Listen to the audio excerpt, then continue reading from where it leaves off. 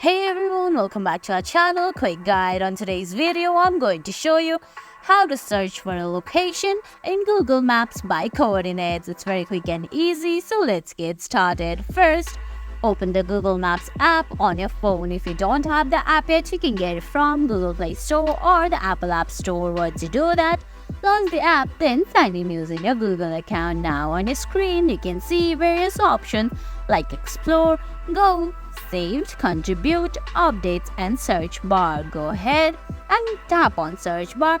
Well, make sure you have the coordinates copied on your clipboard. Tap on the Search bar, then go ahead and paste the coordinates. Then tap on Search there. Then Google Maps will give you the options of direction, start, save, etc. etc.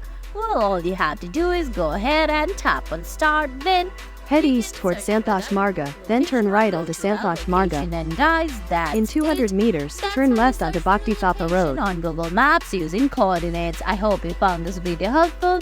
If you did, please give it a thumbs up, leave a comment, subscribe to our channel, and hit that bell icon. See you in the next video. Thanks for watching.